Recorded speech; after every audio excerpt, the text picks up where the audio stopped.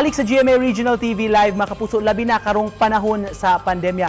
Unsa kuno maayong pamaagi aron na mas mapasabot kining maong sakit ngadto sa atong mga kabataan. Unsa say mga tips nga mahatag alang kanato sa pag-atiman sa ilang panglawas karong panahon na mga itagtambag, mga kapuso, gikan sa eksperto karong buntaga. Makauban nato pediatrician o karon full-time mom, Dr. Jet Bacaltos. Good morning, doktora.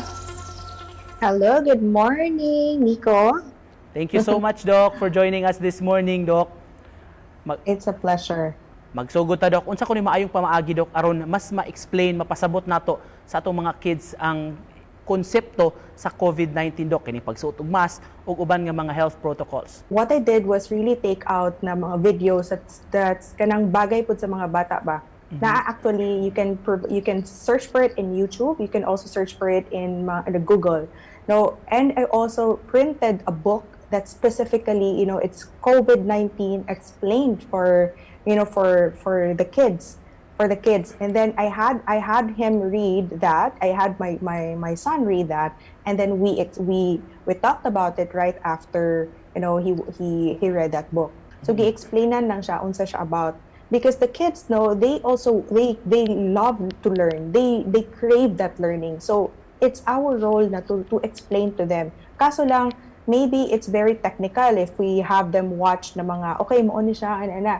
So, go to their level na kung unsa ilahang pagsabot. Kay dunay ubang mga kabataan, Doc, siguro maglisod pagsabot kinig yung konsepto pagsuot sa mask, dili komportable alang kanila, although required na sa mo stay at home, pero kung kinahanglan gyud, Doc, mo gawas, how do you instill it sa bata, Doc, imong madisiplina o kani po mga hand washing? We have to model it ourselves. No, model, aside from telling that to our kids, we also have to model it ourselves. Now, they all also see na, si mommy gani, look at mommy, okay, I'm gonna do it also. Daddy's also doing it, so the mask, and then put graphics also in your home, especially with the hand washing. Kay lisod man gud sila tudluan pa, di ba? Kay they cannot see, they cannot see naman na naaji hugaw sa kamot. So, pwede nimo siyang pakiton, what will happen if you don't wash your hands? Mo nang itsura sa kuan, ang virus na sa imong hands, and then put pictures of kids na graphic picture beside your faucet or beside your base ilang kaan sa balay kung asa mo mag-hand wash. Put pictures there. This is step 1, step 2, step 3, step 4, and then teach them how to do it, like happy birthday to you, katong mga na kuan ba, and they would enjoy that. Karong panahon na, doktora, stay at home ra man sa hinuon jud ni mga kabataan, ang mandate sa atong government, pero unsa pa maagi, Dok, ang ubang mga kabataan ingon ta laayon sulod sa balay, siguro nagpangita na nga mulaag siguro atos pikas bay or mo gawas somewhere. Unsaon nimo, Dok, pag sulti sa bata or pag-explain sa bata nga anong gikinahanglan nga ari ra gid sila sa balay, then how do you make it exciting pod for them, Dok? Make a structure pod sa inyong balay na naamoy schedule na buhatonon. Let's say, for example, schedule ang when to wake up or what to do after you maligo ba sila, mag-breakfast ba sila, is it free time, is it active play, is it reading time, is it gadget time, is it so naa siya structure, and do it repeatedly at the same time every day para they would expect it na naa sila i-look forward.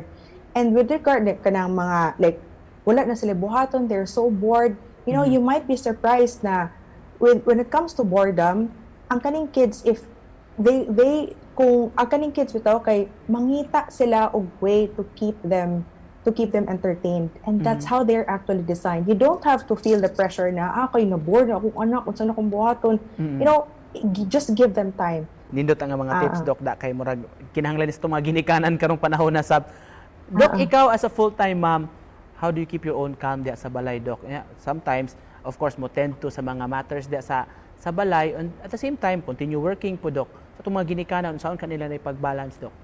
For me, is naman good tayo ginaingon na you cannot pour out from an empty cup, no? So, kung ikaw, feeling ni mo, kuan kay ka, gubot kay mong ulo, gubot kay mong kuan, take time, yun. No, this is one advice I would really give to parents. So, take time for yourself, no? Ayaw kalimti inyong kagalingon, inyong kuan kay, kung ikaw gisapot ka, unsa na lang kung gisapot imong anak, kung saan man imong anak, diba? Sapot, magsinaputay imong duha. So make sure that you really have time for yourself. Also, now how do I continue working? I do this like time blocking.